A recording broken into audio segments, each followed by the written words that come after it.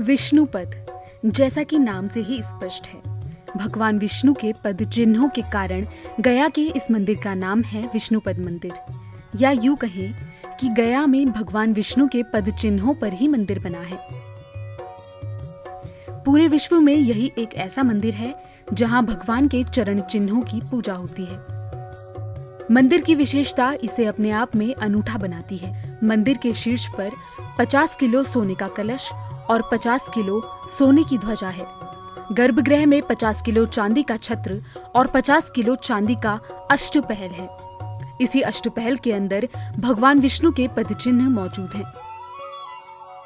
इसके अलावा गर्भगृह त्रिकोणाकार में है और इसका पूर्वी द्वार चांदी से बना है।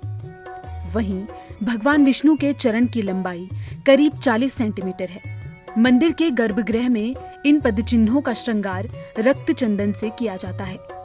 शंख, चक्र, गदा और पद्म अंकित किए जाते हैं।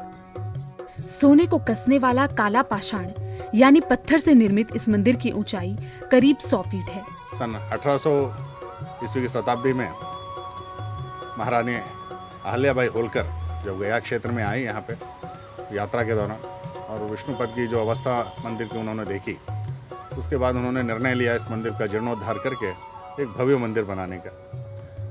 तब उन्होंने काला पाषाण, जो यहाँ गया के निकटतम गांव पत्थरकट्टी है, वहाँ के कारीगरों द्वारा काला पाषाण मंगा के उस मंदिर की संरचना करके एक विशालतम मंदिर, विष्णुपद मंदिर का निर्माण उन्होंने कराया। 1 सितंबर से पितृपक्ष के तहत यहाँ पिंडदान की प्रथा शुरू हो गई है और ये 17 सितंबर तक जारी रहेगा। इस वक्त लोग देश विदेश से पितरों को मोक्ष दिलाने के लिए गया जी पहुँचते हैं।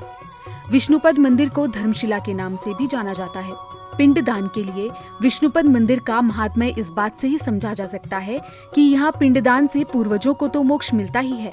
तर्पण के बाद मंदिर में भगवान विष्णु के चरणों के दर्शन मात्र से ही इंसान के सभी दुखों का नाश होता है। मंदिर के सभा मंडप में 44 पिलर हैं। पिंडदान की 48 वेदियों में से 19 वेदियां विष्णुपद मंदिर में ही हैं। यहाँ साल भर पिंडदान होता है। भगवान विष्णु ने अपने दाहिने चरण को गयासुर के वक्षस्थल पर रखा था, तो गयासुर को कुछ वरदान स्वरूप वर भी दिया था। उस वर में एक पिंड एक मुंड भी गयासुर ने याचना किया था कि एक पिंड एक मुंड इस स्थान पर प्रतिदिन होना चाहिए। तो पिंडदान अगर नहीं होता है या मुंड शवदाह नहीं यहाँ आता है तो गयासुर पुनः अपनी स्थिति में आ जाएगा, ऐसा श्रुतियों में। गयासुर के नाम पर इस स्थान का नाम पड़ा। भगवान विष्णु ने इसी धरती पर गयासुर का वध किया था। मान्यता है कि पिंडदान करने से मृतात्मा को मोक्ष की प्राप्ति होती है। नवरात्रि से पहले महालय के समय पितृपक्ष का समय आता है। इस समय पिंडदान के लिए अन्न, तिल, जल, दूध, घी, मधु, धूप और दीप, ये 8 पिंड के अंग कहे गए हैं। ऐसी मान्यता है कि गया में भगवान ब्रह्मा, शिव एवं विष्णु समेत धर्मराज यम निवास करते हैं। भगवान विष्णु स्वयं पितृदेवता के रूप में यहाँ विराजमान होते हैं। भगवान राम ने माता सीता के साथ मिलकर यहाँ अपने पिता राजा दशरथ का भी पिंडदान किया था। कई तरह से पिंडदान कर सकते हैं। अनाज, फल, गुड़, केला और खीर, कई तरह से पिंडदान किया जा सकता है। ये पिंड गोलाकार क्यों होते हैं, इसके पीछे भी एक तथ्य है। पिंडदान अनेक प्रकार के होते हैं। ऊर्जेन मधुना पिवा दधि सम्मिश्रेण सत्तुना, सत्तु से दे सकते हैं, चावल से दे सकते हैं, गुड़ और केला फल मिलाकर फलेनवा, कंदमूल फल से भी दे सकते हैं आप पिंडदान। अन्नेनैव विशेषतः, आटा से भी देते हैं, अन्न से विशेष अपने पवित्र दूध में खीर बनाकर पितरों को श्राद्ध करना, पार्वण करना बहुत बड़ा महत्व है। अन्नेनैव विशेषतः, अंदर उत्पन्न होने वक्त ही गोलाकार से हुआ, इस शरीर से छुटने वक्त जीवो पुरुषो अंगुष्ठं च समासता, नारायण उपनिषद में है, उसी रूप से आया, उसी रूप से चला गया करके गोल रूप से ही एक पिंडदान करते हैं।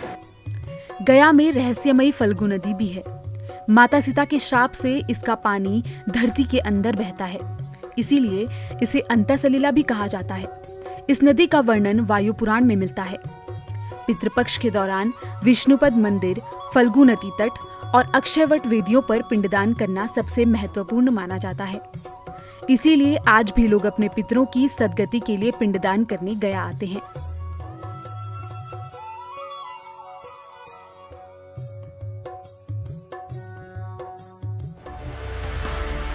2400 घंटे लगातार खबरें देखने के लिए डाउनलोड करें ईटीवी भारत ऐप।